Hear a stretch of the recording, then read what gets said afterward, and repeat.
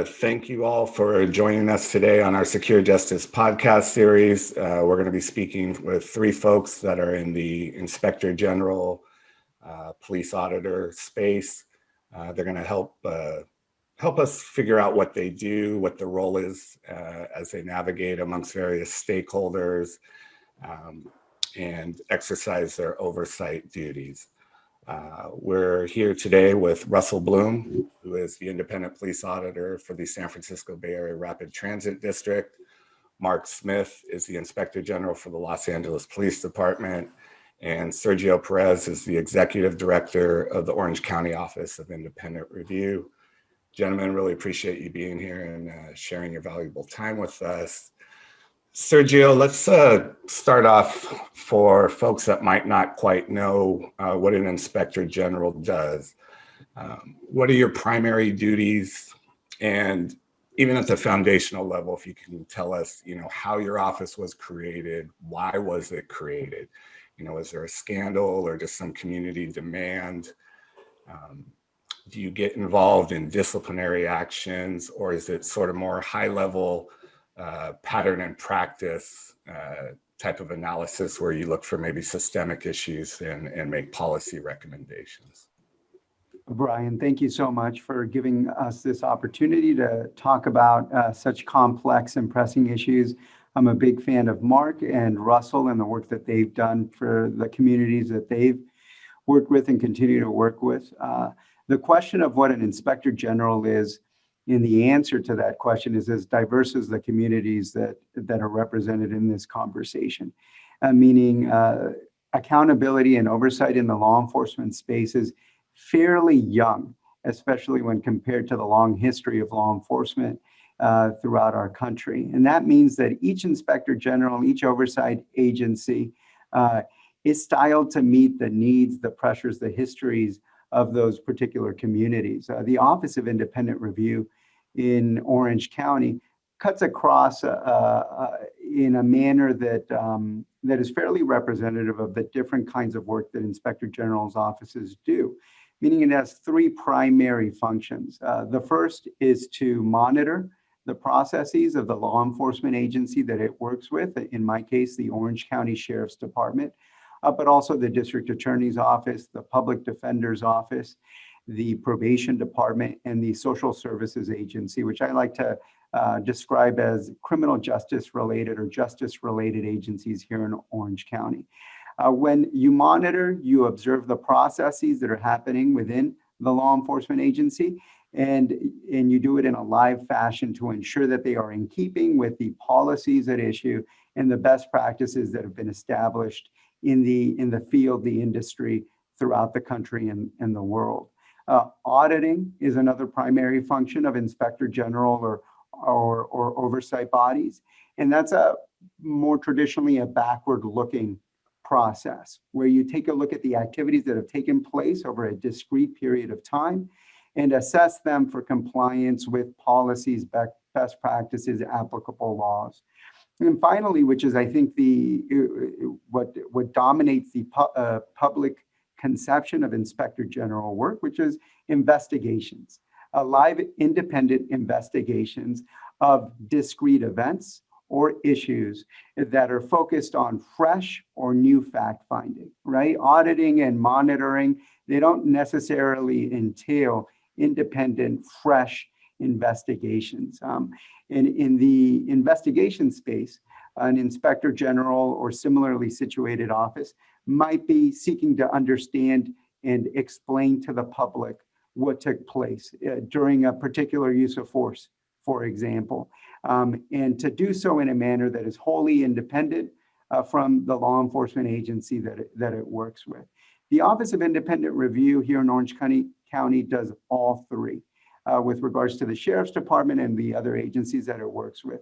And it does it with an eye towards increasing transparency and accountability for these agencies in Orange County. And that tends to be another primary goal of Inspector General's offices and the value that people see to receive from those agencies. The Office of Independent Review does not play a role in discrete disciplinary matters. It's actually prohibited by law from doing so. It is finally focused on ensuring that the systems in place are functioning as they should, and that they are improved whenever necessary. That doesn't mean that it's prohibited from looking at discrete incidents, but its review or investigation of those incidents needs to be finally focused on the patterns or practices that you described, Brian. And it gives it that sort of bird's eye view at helping improve the services that are delivered by law enforcement. The Sheriff's Department here in Orange County is the reason why the Office of Independent Review came to be. Following the unfortunate beating of an incarcerated person here in Orange County in the early 2000s, the Board of Supervisors found it necessary, in response to a public outcry, to create an oversight body like the Office of Independent Review. As I'm sure Mark and Russell will attest to, the initial model that was created in the early 2000s has been modified, not only to give it more tools, but to broaden its jurisdiction and to increase its independence, both perceptions of independence, which are just as important when operating in this space, and actual independence in its operations. You've been in this space for a while, but not in this particular office for a long time. We've got one of our interns doing an analysis of the imbalance between like DA and public defender funding. You know, our budget priorities really show kind of where our values are. Do you feel you're adequately resourced to do your job? Not at all, Brian. And it's a conversation that I'm always having with the Board of Supervisors, who serve as the appointing authority for my office. For the great history of the Office of Independent Review, it has been staffed by no more than 2 staff members: an executive director, which is the role that I occupy now, and an administrative assistant. For the first time in its history, there are 2 attorneys here, the executive director and the investigations manager, another attorney who comes at this work with a deep field of experience. We were just authorized and received funding to hire another 2 staff attorneys, so this fall we'll be at 4. But when compared to similarly situated jurisdictions and oversight bodies like this, we are severely understaffed. And even without needing to look externally, the Office of Independent Review helps assess the conduct and the policies and practices of 5 county agencies that employ nearly 10,000 staff. And so when you start to take a look at the ratio, the complexity of the work that we do, we are not adequately funded and resourced. And now that is changing. So I do want to stress that. I think the Board of Supervisors is sensitive to the imbalance that I've just described, and they are working to adequately and effectively grow the office. Okay, and you're appointed by the board or by the county administrator? I am directly appointed by the Board of Supervisors, which numbers 4 here in Orange County. The board also appoints a county administrator, which here is called a CEO, but I report directly to the Board of Supervisors.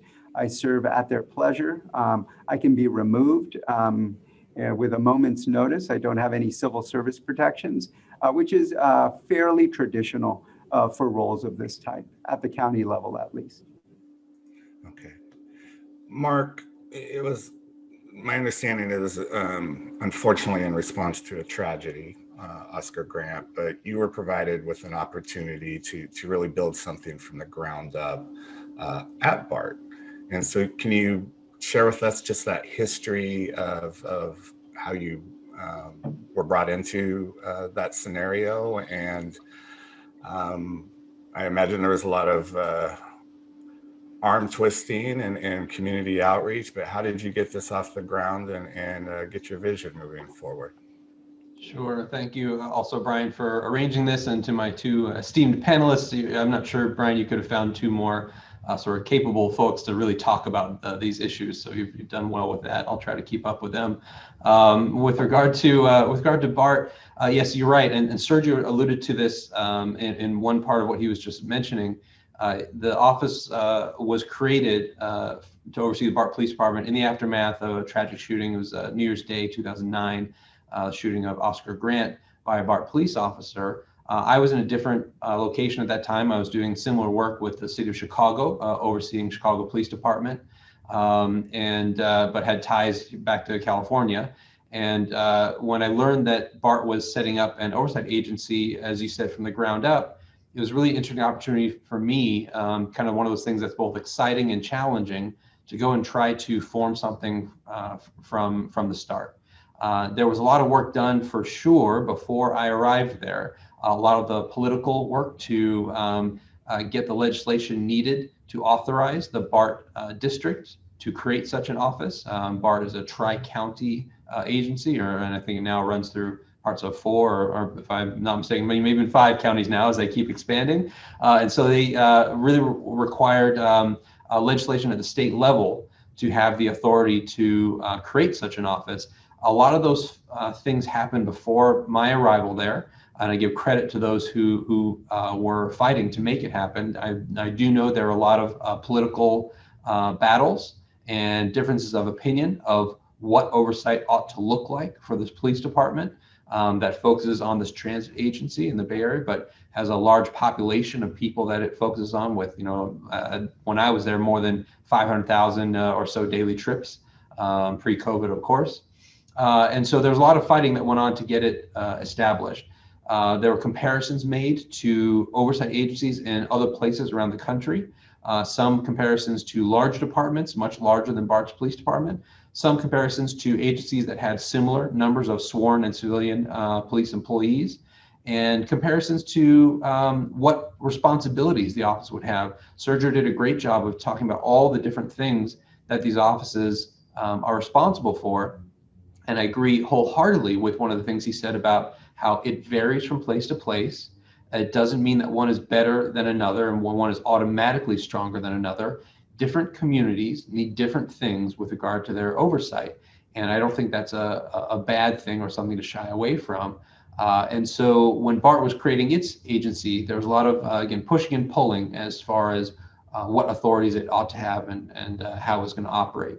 When I did come in and hoped to bring my experience from a couple different places doing oversight, Los Angeles previously and Chicago immediately before Bart, my hope was that I'd be able to implement what the Bart board of directors had decided that they wanted for this office.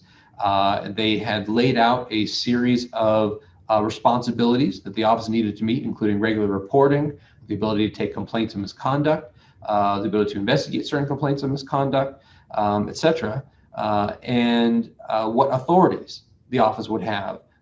What access do we have to police personnel records?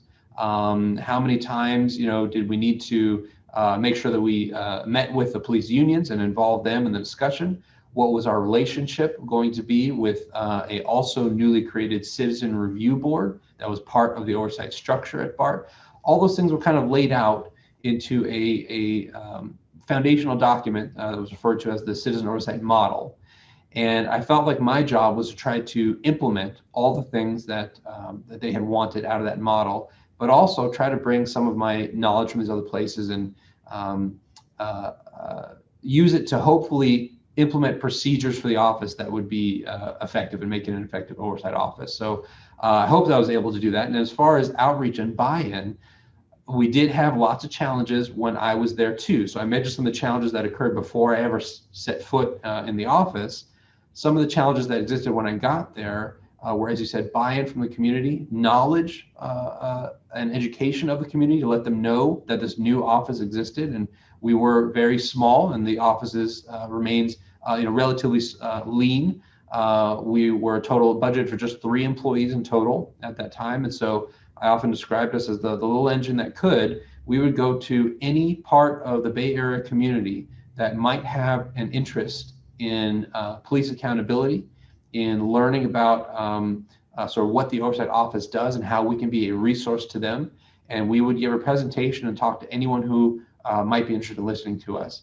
We actually set a standard of making sure that we did certain number of outreach every month or every quarter. And again, as I alluded to before, we made sure to invite the unions that are part of the BART Police Department to talk to us if they had any issues or concerns, so they can have a voice with us as well. And there was also some pushback, from inside the organization. At the core of what we were doing was starting up a brand new office that's going to be very intently watching over a part of this company, this organization. And a lot of people were scared off by that. And they were thinking, I don't want someone watching over my shoulder. I don't want someone judging what I'm doing. And so they wanted to limit what access we had and what authority we had. And so part of the setup of the office for the years that I was there was trying to sort of quell those fears, smooth out those details, stand up for the rights that we and authorities that we were granted when they were challenged. And again, to try to educate the community. And then I'll wrap by saying I hope that I was able to help set up a effective system for them. But a big part of it, as any sort of manager I think would tell you, is getting the right people on board to do the work reliably and to let people start believing in the mission of the office and the objectivity that is inherent to the office. I was very fortunate to do that. And since I left, and I know we'll hear shortly from our other panelist, Russell, he has taken the office to new heights, really expanded in a vital way the authorities and responsibilities that the office has so that it can be even more effective in being a check on the police department on behalf of the public and making sure that they're held accountable, which I think every police department ought to have. And so I give great kudos to what's happened since I left the office, that I think has just expanded and gotten stronger and more responsible to the public that BART serves and watching over its police department. When you reached out to the labor unions, and this is my nerdy side, because I'm actually trying to figure out how to implement Inspector Generals up here more broadly. Is there a legal requirement for a meet and confer? Like, does this meet that standard of, like a change in working conditions, or was that just more voluntary, I'm trying to get buy-in and be the nice guy? So I think each issue individually would have to be judged to determine what requires a meet and confer, or possibly something more, a new memorandum of understanding or something like that with the union. There were unquestionably multiple meetings in the period before I arrived there, before the office was set up, because yes, I do think there were changes in working conditions as far as reviews of performance and access to officers, personnel records, etc. For our meetings with the union, there was no meet and confer need unless a specific policy change was coming up, which did happen from time to time. But more so, it was just an effort from this new oversight office to be open and willing to listen to the union's concerns. We certainly did not see eye to eye on every issue, and that's not surprising, nor is it bothersome to me. That's part of this structure and part of this arrangement, and that's fine. But we didn't want to be closed off to them, and so informally we would make sure to offer up our time to meet with them if they had any concerns or wanted to discuss anything with us. But they weren't going to stop us from fulfilling our mandate, from exercising our authority, from accessing the records and documents that we had every authority to access. And so I wanted to be upfront with them and clear with them that that was going to happen. Just one quick aside, I came with that stance and that mindset to BART and to helping to set up a new office and getting it established. And as you've said a couple of times, I think having buy-in from all the stakeholders and understanding of what the role is there. I happen to come from Chicago when I did that, where there was any number of challenges posed to our oversight office there, which was had been much more long established. It had gone through different formations and went through different formation after I left it as well. So it was always an evolving process, but it had been around in some form for decades. And we had pushback and fights and unfortunately shouting matches and angry sort of temper tantrums and all the rest that I would wish would not have happened, but they happened frequently. Our access to a shooting scene, our access to interview officers after a shooting scene, those were challenged regularly.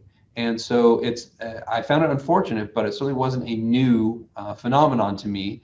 And so I was, I think, well prepared to let the unions at BART know that, hey, this is how this works. This is what our authority is. I'd rather not have it be adversarial, but if it needs to be, then we're ready to exercise our authority, because it's important that it be done. Well, kudos to getting that set up. The only thing I have even slightly comparable, I helped get the Privacy Commission off the ground in Oakland, and I never publicly showed it, but I was terrified, because if it goes bad, folks are gonna be looking at you, why didn't this work? Really appreciative for what you did there. So Russell, having stepped into the literal, actual same job that Mark had, before we dive into more topics, do you think BART is continuing to honor that vision? Do you feel adequately resourced? I was looking at your website recently. Maybe still not a lot of staff, but is it adequate for the volume that BART has? Or maybe have things actually even, as Mark alluded to, have actually gotten better since he's departed? All great questions, and I also want to offer my appreciation for bringing me in to join these esteemed panelists. And I owe so much of what I'm able to do to the flack that Mark took in establishing the office and having some of those early fights. I also absolutely want to acknowledge and recognize something that Mark mentioned, which was the formation of the system at BART. Really, I think, was a result of appropriate and consistent community pressure, not the least of which came from the family of Oscar Grant. And they remain very engaged in essentially monitoring and checking in with what we're doing and how we're doing. I think it's really important. One of the things I've learned sort of more recently in this work is that probably the primary measure of success or failure is the feedback we get from the community members, and in particular, those who really put the appropriate pressure out there on the board of directors to establish this in the first place.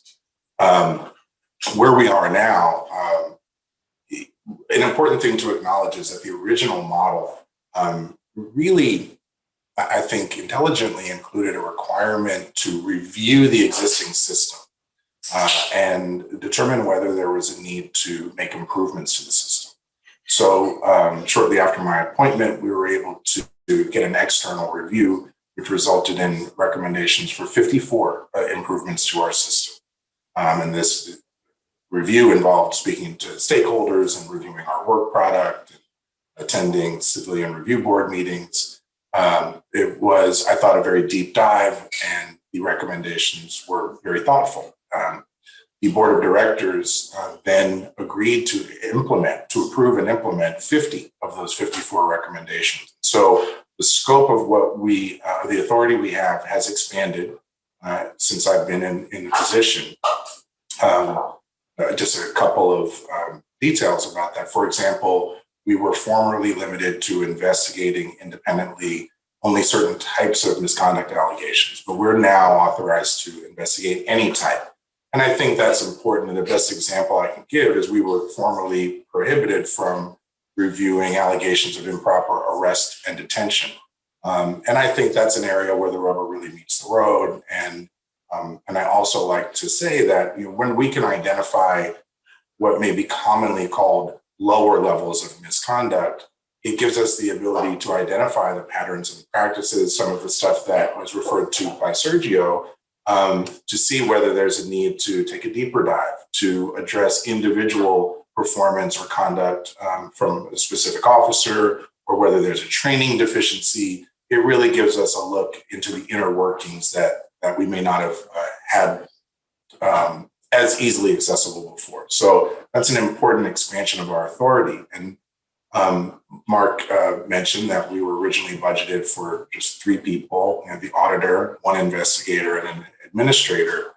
I have been able to, and really largely due to the support that I am receiving from the board of directors, the elected board of directors, who I think recognize the importance of the work we're doing and maybe really heard me when I was explaining the ways in which the work we do is preventative medicine, and that it's intended to prevent the tragedies that we see in advance. And there's no way of measuring how many officer-involved shootings or tragic outcomes we've prevented, but I like to think that getting in the mix with the, again, quote unquote, lower levels of misconduct really has given us an opportunity to short circuit some potentially bad paths. So that's been really important, but I have now been able to add one additional investigator who we expect to be onboarding within the next 30 days. And I've also been given the authority to add a full-time stakeholder engagement administrator. I think that's a really important piece. And as Mark talked about, the outreach that he did and that I did with him when I was working with him was really probably one of the more rewarding pieces of the work that we did, and making those connections, helping people learn and understand about police oversight, and also, how to take care to protect themselves and their families, really was a key piece. And as I mentioned, it's a two-way learning experience, and we get to hear more about whether we're meeting the expectations of the people we serve. So that's such a critical part of the work, and really drives a lot of the direction of my office and the projects that I want to undertake. So having somebody committed to really making those connections more consistent, more meaningful is, I think, a huge improvement to the structure of the office. And I'm very excited about doing that. We talk about adequate resourcing. It feels to me that there's always so much more we could do, that I think we are adequate. We will now be adequately resourced to do what's expected of us under the revised model. And it has been challenging since the revision of the model to keep up with all the responsibilities and expectations that we had under the old model. But I'm excited, and I think we're going to be able to better meet expectations and do additional work that I think, again, is meaningful and is really designed to connect with what the expectations are from the people we serve. And I really do, I think it's important to acknowledge that the board of directors seems to have an understanding of the importance of our work. And I think the timing of that is not coincidental. I think everybody was very deeply impacted by the killing of George Floyd, and the board of directors is certainly no exception. And I think it created an opportunity to have much deeper conversations about the preventative work we're doing, the nuts and bolts of how what we do works to prevent harm, and also to think about the future and what it looks like to make a commitment to the riders and the communities that we serve. And as Mark mentioned, many counties, to make sure that they feel that we have the resources we need to meet those expectations.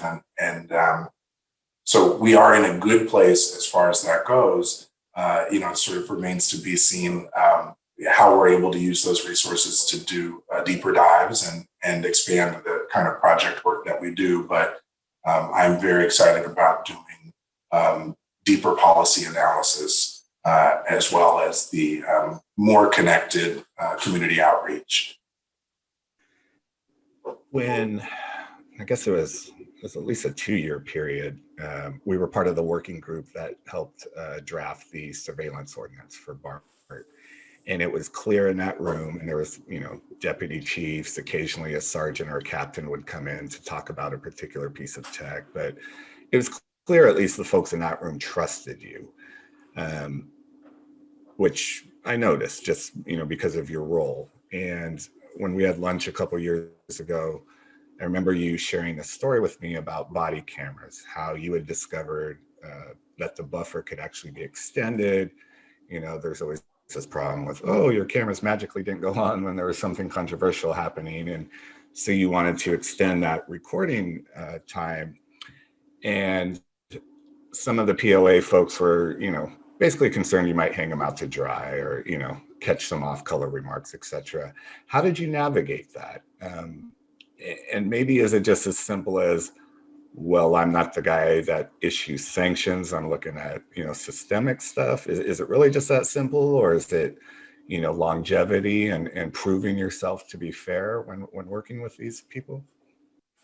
It's a great question. I think that Sergio and Mark can attest to the fact that the work we do doesn't necessarily make us popular people, and we have to have difficult conversations. I think it was a function of being able to establish trust with the union representatives over time, and I think the main way in which I was able to establish that was by being consistently objective and fair, and having the highest quality investigative reports, including, as far as I could make it happen, the flawless analysis of the facts and the evidence and the applicable rules or policy or law. I think over time, seeing that, our office wasn't engaged in witch hunting, and our office was going to consistently apply the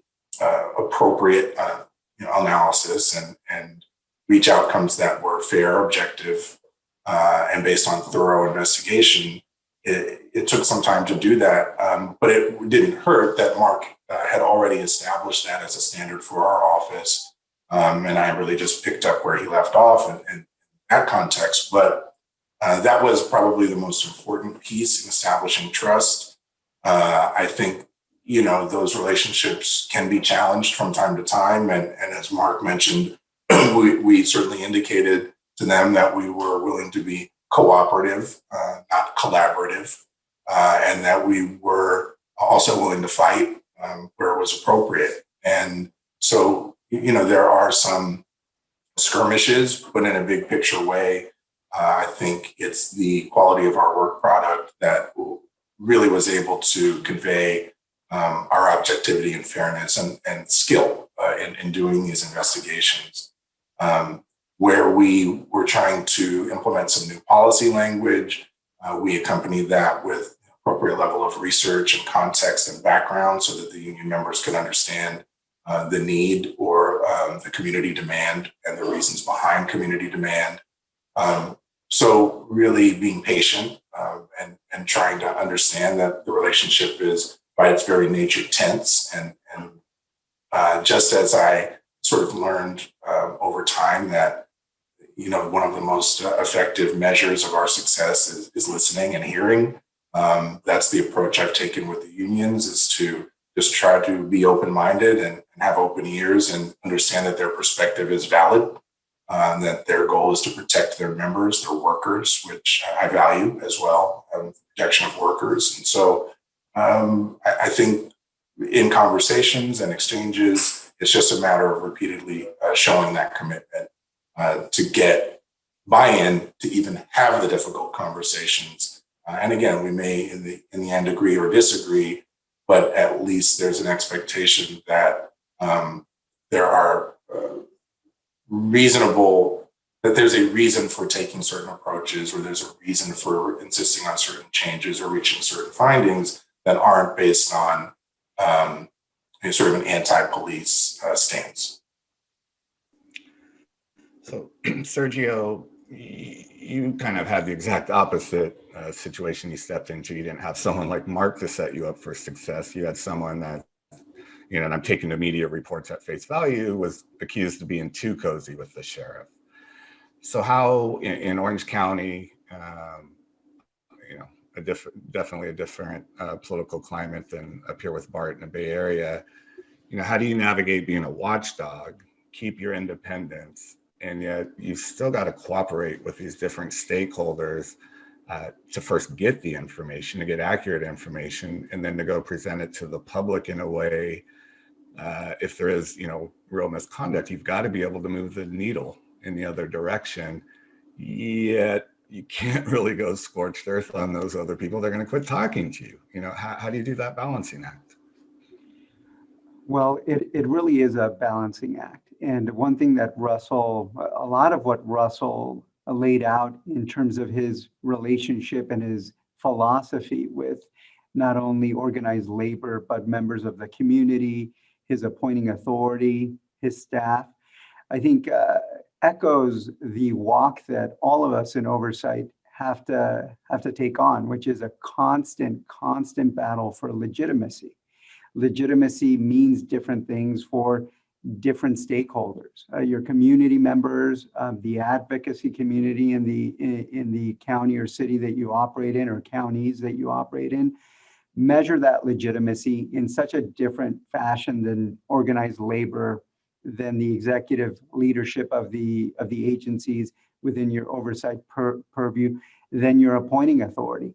And understanding that and walking that balance, along with, and this is something that Mark alluded to, creating your own agenda for oversight, understanding and developing your own vision for what effective oversight looks like in the arena that you're operating in is crucial. So striking that balance, maintaining the kind of openness that Russell was describing, and also I think adhering to a basic commitment to not surprise, right? Oversight shouldn't involve these twist endings that leave everybody baffled.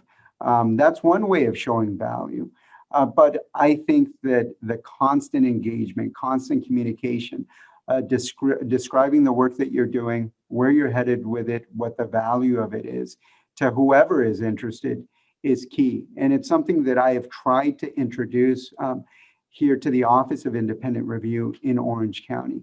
My predecessors have struggled with that, in part because of the model that they were handed, and because of confusion in terms of expectations that existed across those stakeholders.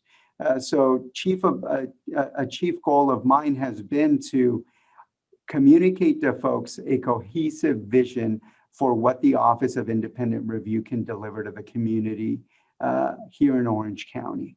And number one at the top of that list is more transparency, ensuring that people understand not only how the Sheriff's Department and other county agencies within the oversight purview of the OIR does its work, but to ensuring that, to Russell's point, any publications that are coming out are fully supported by an open investigation that can be seen as a quality investigation.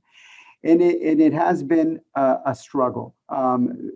My access here, the Office of Independent Review's access to confidential information, is tethered concretely to the access that County Council has.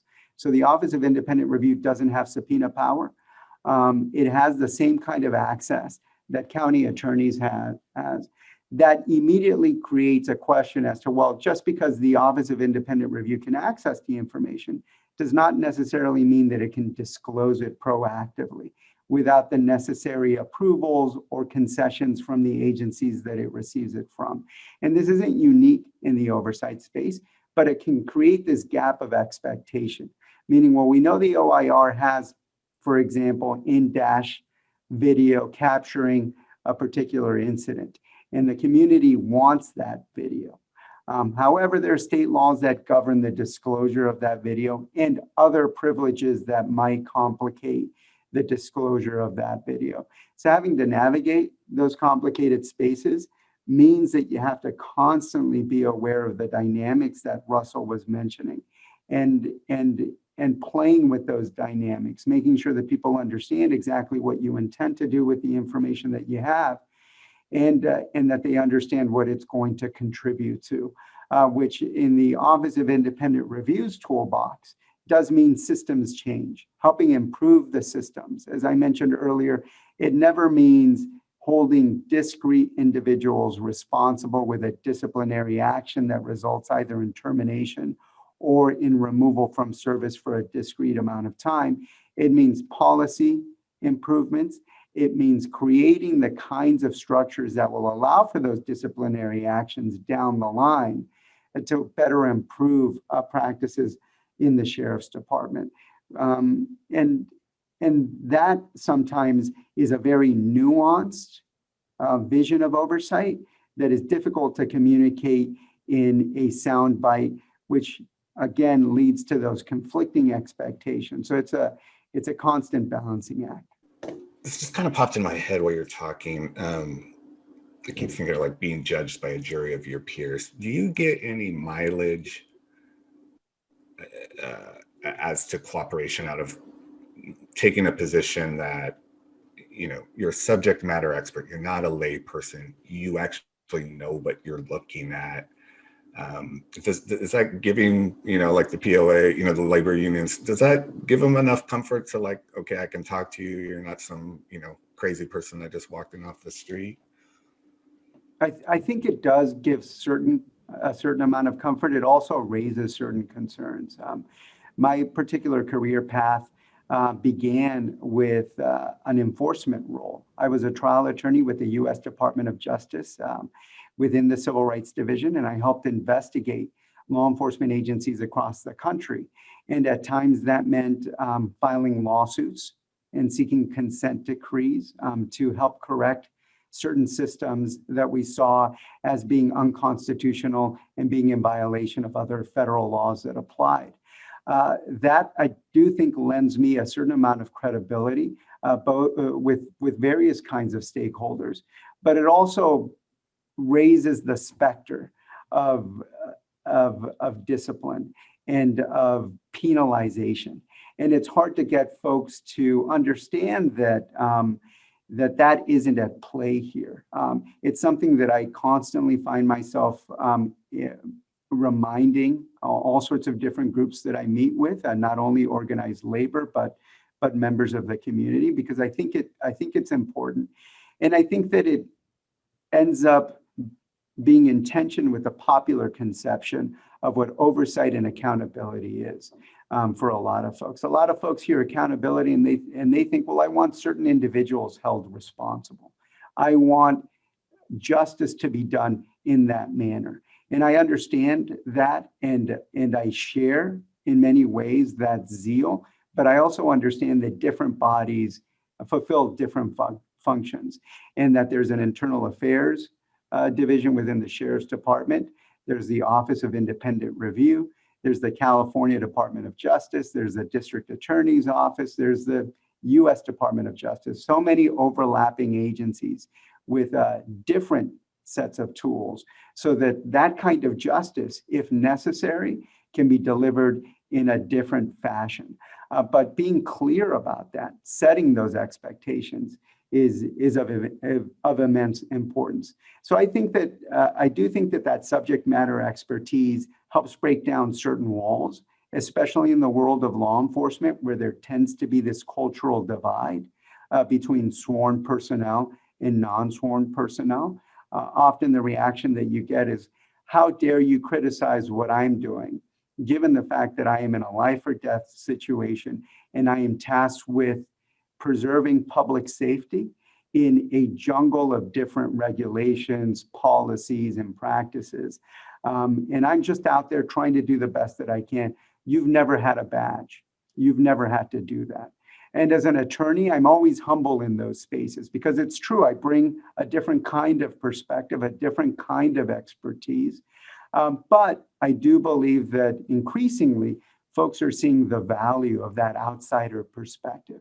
And it gets back to your question, Brian, about coziness or perceived agency capture in oversight. I do think that you have to maintain a constructive, collaborative approach. But I do believe that there is an essential value to oversight in this space that keeps that distance when it comes to external resources like the Office of Independent Review. Both Mark and I have served in internal capacities different than this. We both, my stint was much shorter, but we both served as constitutional policing advisors for the Los Angeles County Sheriff's Department. And that was a different kind of role with a different kind of toolbox and a different mission. And there's a value to that, but there is also an immense value to this kind of external approach. So there is something healthy also about being perceived as different, being perceived as being on the outside, because with it, I think comes a different perspective and a different source of legitimacy. Mark, you're aware that, I work on surveillance oversight models. I chair a civilians privacy commission. I work with other jurisdictions trying to do the same thing. We're starting to suspect that no audits are being performed. I'm getting calls from other jurisdictions. I know in Oakland, we've basically caught OPD, misrepresenting things to us. Is there any way to, is there a creative way without an inspector general for a lay person, these non-sworn volunteer commissioners, to be able to get even just limited raw data to sort of verify, compliance? Would that even be advisable? I know personally that kind of makes me nervous. You don't just even alluding to just the jury of your peers. Like, I don't know that I necessarily want lay people to have access to that. And assuming you're going to say no to either of those, for somebody like the Oakland Privacy Commission that doesn't have an inspector general, what's your dream criteria? What would you ask for if you were going to create a new inspector general's position? Thanks. Your question leads me in a multiple different directions, so I'll try to rein them in as best I can. One thing you asked is it's hard to know at the ground level if you're getting sort of fair dealing, if you're getting honest reporting from the department. That to me is a important theme in oversight that I sort of learned and didn't necessarily think about before I got into this field some 17 or so years ago. But I think it's a theme that exists throughout the field of oversight. And what I mean is there's a parallel in my head to officers needing to self-report certain activities, such as a use of force. There is a policy that requires officers to say when they have used certain level of force, so that that force can be documented, investigated, potentially if there's a complaint about it, so that evidence can be gathered, and if something was out of policy, that an officer can be disciplined. But it depends at the core level on that officer reporting it. If it happens to be the sort of hypothetical scenario where it's one officer and one subject upon whom force was used, and no one else was around, and there are no cameras, and cell phones weren't present, et cetera, is my role as an overseer going to be limited by the fact that officer might just not say anything? And if the person who is claiming excessive force raises a complaint, it'll be sort of a he said, she said, or he said, he said. And if we have no other evidence to go on, who am I to say that this did or didn't happen? So there's always that base level question of, are you getting the information at the start? Well, I think the way that that is addressed is one thing that Sergio mentioned a moment ago. It is addressed through layers of oversight. When you have multiple layers of people watching, both internal affairs, which has their responsibilities to watch things that happen, other officers who are required by policy at penalty of discipline to report when they are aware of or see misconduct, when you have external oversight like civilians who exist on all three of us on this panel who are there to oversee the department, when you have, in addition, sort of federal oversight, when you have media, and we have people out there with cell phones to fight against the hypothetical, I imagine, there are multiple layers in place that's going to make it difficult for an officer to sort of falsely report something or claim that he or she or the department has done an audit or is doing certain compliance with surveillance requirements, or et cetera, but is not really doing them. Is it impossible to stop that? Oftentimes, no. But can we make it very unlikely? Yes, I think that we can. I have great confidence that when you have layers of oversight, that you can really minimize the chances that you're getting the wool pulled over your eyes. But I don't think it's impossible. I don't favor sort of heavy bureaucracy for bureaucracy's sake, and I think that can certainly slow the process at times. But there is a benefit to having, again, those multi-layered approaches and multiple people with different responsibilities that all kind of collaborate with each other to watch over something like something as complex as a police agency with all the responsibilities that it has. Now, as far as, but again, you still raise a valid concern. Are we getting told the truth that these audits are being performed? Are we getting told the truth that officers are reporting when they use force as they need to do? It's a valid question. And if a commission that's overseeing that particular topic, surveillance, force, or whatever it might be, is struggling or feeling like they're not sort of getting fair dealing or getting the information that they need, yeah, I think there's a number of ways to go about it. So an inspector general is one tool that can be used by that commission. And that's one way I see my role here. I report to the Police Commission for Los Angeles, and I'm an investigative tool. My office is here to sort of carry out the questions that they have and get information that they are seeking. And that inspector general's office needs to have sufficient access to do their job. So we do have subpoena power, which you mentioned before. We do have by policy, which is now incorporated into the department's own policies in multiple places. It's also by rule of the police commission, which is the head of LAPD. They are the chief's boss. And so when they say something, it affects the whole department. By rules set up in those places, I have direct access into things like body-worn video cameras, things like personnel records. I can go on the computer right now and pull up whatever I need to pull up. And if I need documents from the department, at penalty of discipline, they need to supply me with them. If they don't, I will go to the head of the police department, the police commission, and to the chief's boss and say that I'm not getting what I need, which doesn't really ever happen. So one quick example, although we do officially have subpoena authority, to my knowledge, it was never used by this office. The way that we are set up does not require us to use it. That's not to say that it is a bad thing or an unnecessary thing, but as Sergio alluded to much earlier, different agencies are set up in different ways, and it's really dependent on sort of how their history created them. And for us, it's back in 1991, after Rodney King, was the beginning of a long story of how this office was created, and there are many twists and turns, and I won't go into all of them. But although we have that subpoena power, it's never been officially used, because we also just informally and by policy have access to every document, facility, record, database, etc. The department has, and so we get the information we need so that we can see, are the audits about surveillance or any other thing for that matter, photo comparison technology, which is one thing that our office is looking at very soon. Are they being done as they're supposed to be done? We've got the access to see that, and then we'll report publicly on it. So what you want, your dream sort of for an inspector general, if that's the road that it goes down, is to make sure that that person has access, and hopefully there's buy-in from the department. One of the reasons that we don't need to use our subpoena power is because through our twists and turns and our 25 years or so of experience doing this, we now benefit from a department that understands and appreciates our presence and our need for access.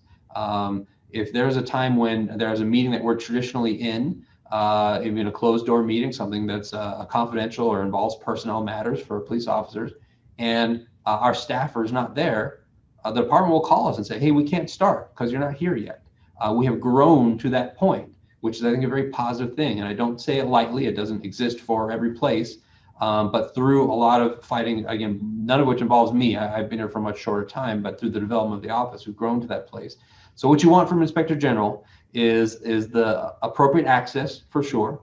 Although this office didn't have it at the start, we have gone through iterations, and we have that now. But you also want buy-in from the department, because even if you officially have the right access, and I can think of a counterpart agency that's going through this right now, even if you officially and formally have the right access, but you have a unwilling head of the police agency or an unwilling police department, you're going to be in a very difficult place even so. So you really want both of those things, if at all possible.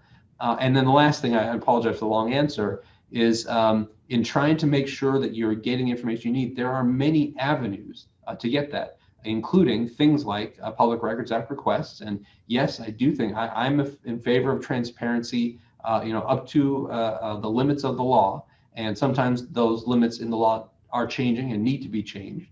But I think the public has a right to know what's happening with its police department that serves it. I do think there's maybe some discretion that can be had on officers' privacy, and I don't have any desire to do anything that might bring harm or threat to an officer. Is not something I would support. But beyond that, I support great transparency. So you have activist groups, you have the media, You have the bully pulpit of the public demanding accountability and transparency. And although those things don't always lead to success or change, they certainly can. And we have seen that happen in the legislative realm and are seeing it happen right now in the legislative realm. So even if you don't have an inspector general, yes, there are other tools, media, activism, public records requests, to sort of drive through and get the information that you need. It's not always easy, but there are multiple tools to think about. The Public Record Act is, yeah, that's kind of serving as my inspector general right now. It's 12:01. You think, do folks have 10 more minutes? Okay, great. Mark, let's just finish off. You gave me a couple openings there. I'm gonna Rodney King, the Christopher Commission led to essentially what you guys are doing today. Do you have, and I know you haven't been in this particular role, for very long, but do you have sort of a before and after snapshot that would make you think that this is working? Like maybe there's been decreased liability, misconduct payouts, fewer community complaints, lesser use of force. Have you seen enough objective data to say this is working in Los Angeles? It's a never-ending pursuit. And so I think there's a core value that LAPD happens to have, which I frankly believe heavily in. I'm glad they have it. They talk about it often. And I give them kudos for doing it because I adhere to it as well, is a quality through continuous improvement. It is a never-ending pursuit of making a department better. And so, and I know I gave a long answer last time. I'll try to make this one more brief if I possibly can. The sort of lifeline of this office has had many sort of twists and turns. And yes, there was a start of the Christopher Commission back in 1991 after Rodney King incident that really established the need for this office.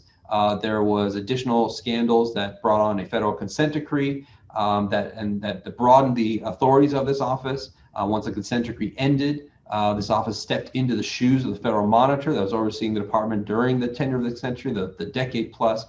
All of those things have gotten us to where we are today, and there will be more to come. And George Floyd, and the aftermath of his killing, is something that's now going to guide, I think, our oversight and the department going forward. So it's a never-ending pursuit. As far as success, so what we can do along the way is do reports on the department that will signify what's going right and what's going wrong, what needs course correction, what's a critical issue, and what are the successes that have happened. To give you a for instance, this office completed a report that compared how LAPD stacks up to some of the most critical recommendations on President Obama's task force on 21st century policing. And there were areas where they were very strong and were, I believe, ahead of the game. And there are areas where they were weak and needed to make some reforms, which we helped implement.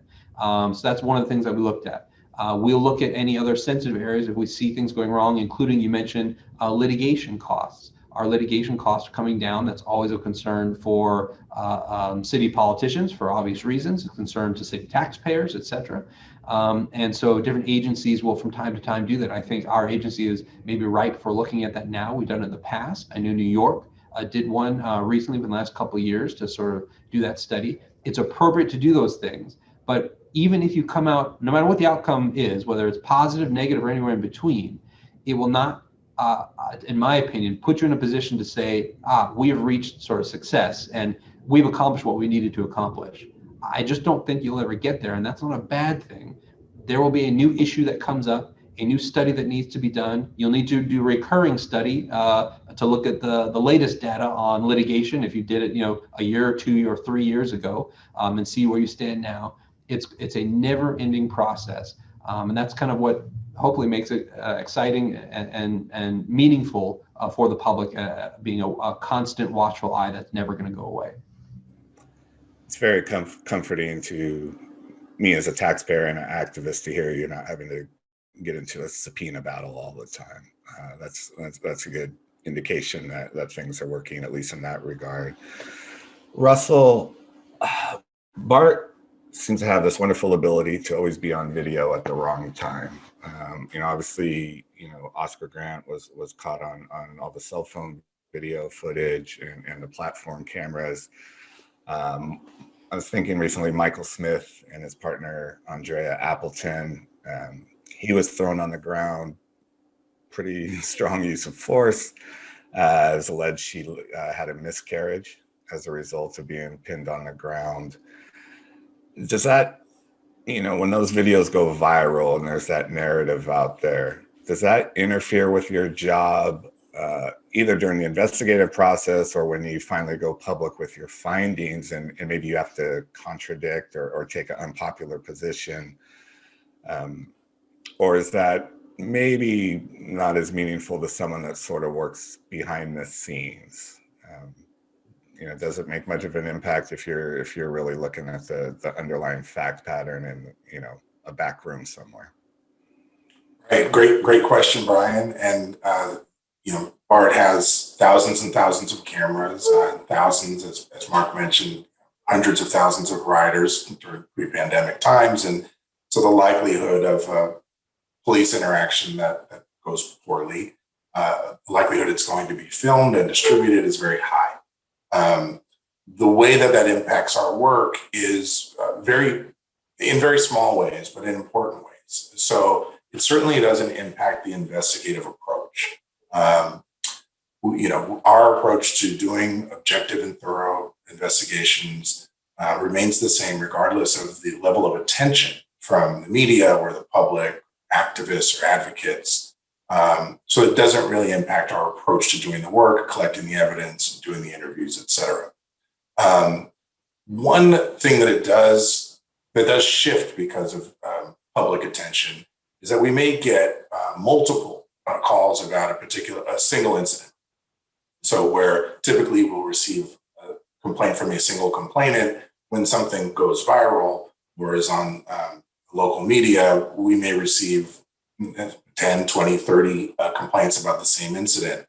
And again, the investigative approach doesn't change, but what it does do is it gives my office and my investigator an opportunity to interact with 10, 20, 30 people who have serious and deep and legitimate concerns about what they've seen. There's very little under California state law that we're able to reveal about the outcomes of our investigations. So we're really in the position of trying to provide deep reassurance of the quality of our approach and the thoroughness of our approach. And it's our hope that even while we're explaining to people that we are not going to be able to tell them whether the officer was disciplined, we can assure them that if there was misconduct, it will be appropriately addressed. For many people, that's not sufficient, and it's some small comfort. Others sort of take us at face value when we say that and have faith that we're going to do what's appropriate. But again, the value of it for me is that we have additional interactions about something that's clearly of importance to the people that we serve. And it gives us an opportunity to learn and hear and listen and grow. And as Mark mentioned, the concept of course correction, it's true in terms of the work we're doing toward improving the police department, but our agency is also in a constant state of course correction, learning how to do it better, learning how to interact with people differently, and learning how to learn from people. So that's the upside of a situation like that. And it is disappointing and frustrating that we're unable to reveal some of the details of the outcomes. But as was also mentioned, some of that is changing. And I think we're on a trajectory where we're going to see additional transparency for members of the public over the years to come.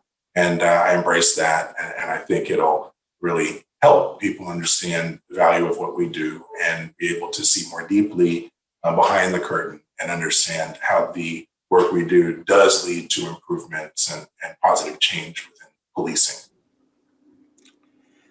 Sergio, as a state attorney general, deputy attorney general, you worked on the Stephen Clark matter in Sacramento, and that helped lead to AB 392, which changed the use of force criteria. Obviously, still early in the game, but there's a significant number of amendments that were made to keep that bill alive. Do you have enough of a sense to gauge whether or not the bill is making a meaningful impact so far? Did it get the attention of the unions that you have oversight of? Are people talking about it, and maybe it is impacting the culture?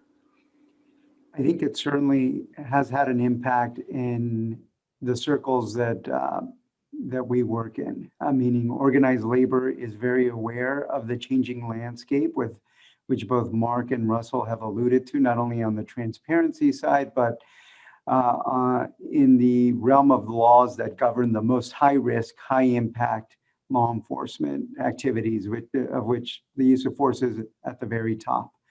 What I like to think about in that space is that laws are a very specific pressure point in addressing and changing practices.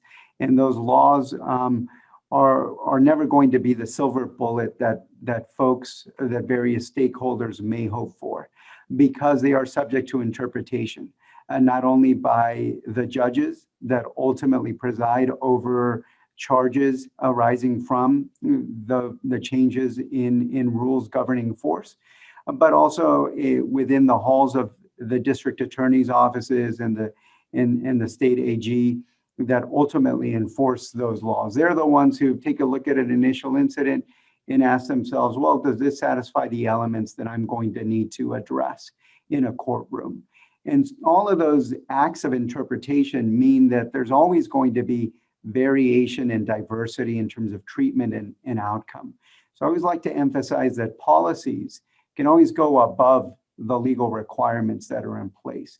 The policies of each of the agencies that we work with can always lift that floor and require more, even in areas as complicated as force, and especially in areas as complicated as force. And this is something that both Russell and Mark touched on, which is a lot of the promise of internal disciplinary systems, is that you will be able to address certain kinds of lower level, less impactful, less grave misconduct in a fashion where you can avoid later on the kinds of issues that get captured on video that draw popular attention. And this was one of the reminders that existed following the murder of George Floyd, which was there was a public conversation about the fact that the officers involved there, including Mr. Chauvin, had a history of misconduct and a history of particular kinds of issues reoccurring. That misconduct was not identified because of laws on the books, but because of policies that existed within the Minneapolis Police Department. And it's something that I emphasize to community stakeholders and to the Sheriff's Department itself when we're talking about this, which is your policies are the first front line of defense against the kind of conduct that we're looking to stamp out, to avoid. And you're never going to have a 100% guarantee, but if those policies are where they need to be and the enforcement of those policies is where it needs to be, then you're going to be on a better path than if your policies are merely sticking to the law and not best practices. So policies are an opportunity to help us further support laws like AB 392 to ensure that we're getting exactly what we want from there. I do think it's a little early to assess the success of that because the number of cases is still low, but I'm optimistic, and I think that it is having an impact on training, at least in the agencies that I've been involved with. That and other kinds of case law, especially here in California. California courts have been on the forefront of opening up strategic choices that are made before a use of force incident takes place and enabling judges and juries to scrutinize the de-escalation efforts or lack thereof that may have led to a particular use of force. So there's such a broad ecosystem of innovation that is taking place right now around force, deadly and otherwise, that I think is really interesting to watch. I'm as impatient as anybody else in terms of the developments in that space, both as an attorney and as a member of the community and as an oversight professional. So I think it'll be interesting to see how those developments continue to work their way. But I also think that departments can always be more proactive, beginning with their policies and the enforcement of those policies. Mark, Russell, one more, a very similar statutory question, and we'll close on this. I imagine you're both in favor, but there might be some nuanced responses. So let's just start with you, Mark. SB 1421. Senator Skinner has been kind of chipping away at the Police Officer Bill of Rights. More disciplinary records are being released. I would imagine that helps with transparency and accountability. But are you seeing a culture change yet in this early stage? Better behavior because people know they might be exposed later? Very hard, I think, to judge whether it's leading to a culture change and different behavior. I wouldn't necessarily rule it out, but I think that's something that would take a real effort to kind of study and try to measure. And even with that effort, I think it would be difficult to draw a great sort of line of causation and possibly even any correlation. But with that said, the important part to me is that I think what 1421 did in creating greater transparency into police agencies and opening up certain personnel-related records to the public that weren't open before, such as in cases of officer-involved shootings where they strike, kill an individual, it is just better serves the public interest. Oversight exists. I've said this to many groups I've talked to. Oversight exists in multiple forms in our society. All government agencies, all federal government agencies, you can look at have inspectors general. You have oversight of things dealing with housing, oversight dealing with folks dealing with age discrimination. You have oversight in all areas of life. Policing is such a critical area of our community that we charge these officers with sometimes using deadly force to protect us. The stakes are the highest in my estimation when it comes to law enforcement. And so why shouldn't there be effective oversight and transparency for the public into what their officers are doing? And so 1421, as you said, started to open that door. And whether or not I can sit here and tell you that, hey, it's changed policing. Again, I'm not sure I can go that far for you. But what I'm very happy about, what I expected, and I think I'm seeing now as 1421 is starting to be complied with by agencies, some more than others, and it is difficult to comply with, I believe, because it is a cumbersome job to get those records out, particularly for a large agency or an agency with a long history that has decades at least of records to share. But the fact that it is starting to happen, to me, means the public is getting more information about this critical aspect of their society, the policing that they have ceded this authority to. And that is just a better situation for the public. So I'm in favor for that reason. I'm happy with the results that it's creating for that reason. Anything to add to that, Russell? Or Sure, and really great answers. And again, I've learned a lot just by being here with the three of you today. Thank you for that. As to SB 1421, I really appreciate the work of Nancy Skinner moving that process forward. I found myself disappointed at the outset that it was limited to only certain types of records. I didn't see any reason for it to be limited. And in the interest of transparency and the explanation for which was included in the push for that, I think it applies to all of police records, personnel records, for the reasons that Mark mentioned. It's the type of industry over which there should be robust accountability and insight to which the public should have access. So that my initial take on SB 1421 was great. I wish it weren't so limited. But again, I don't know how the sausage was made in Sacramento. So maybe that was the best we could do. But the great value of the release of those records is that on the one hand, it's another window into to what happens in policing when contacts go bad. It's another way for the public to see and live and experience how it looks and feels when there's a tragic outcome. And that's valuable so that people understand the power that police have to change lives.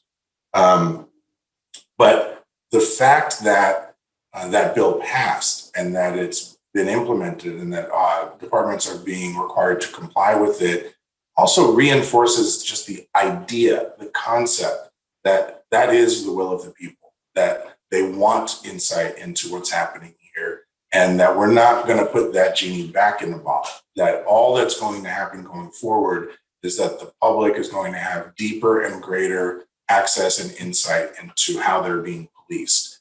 So while Mark's right, I don't think it's a measure. It's certainly a factor, and I think it creates context and a backdrop against which the law enforcement agencies and law enforcement professionals and officers and chiefs understand, hey, we're on a path toward being more accountable and more visible.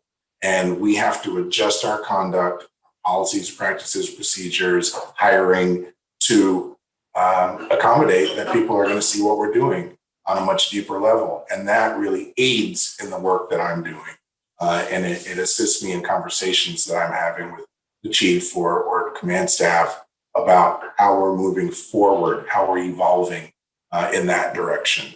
And I think it, in some instances, removes or minimizes some of the resistance to the work that I'm trying to do, because there's sort of an understanding that globally that's where we're heading. And if we can do it right now, maybe there will be less criticism in the future. So it has had a positive impact, at least in that way. Gentlemen, I really want to thank you for your valuable time. Russell, Sergio, Mark, I hope you get all the financial resources you desire to do your jobs effectively. And, I hope you are able to change the cultures in the respective agencies you work with. Really appreciate your time. Thank you.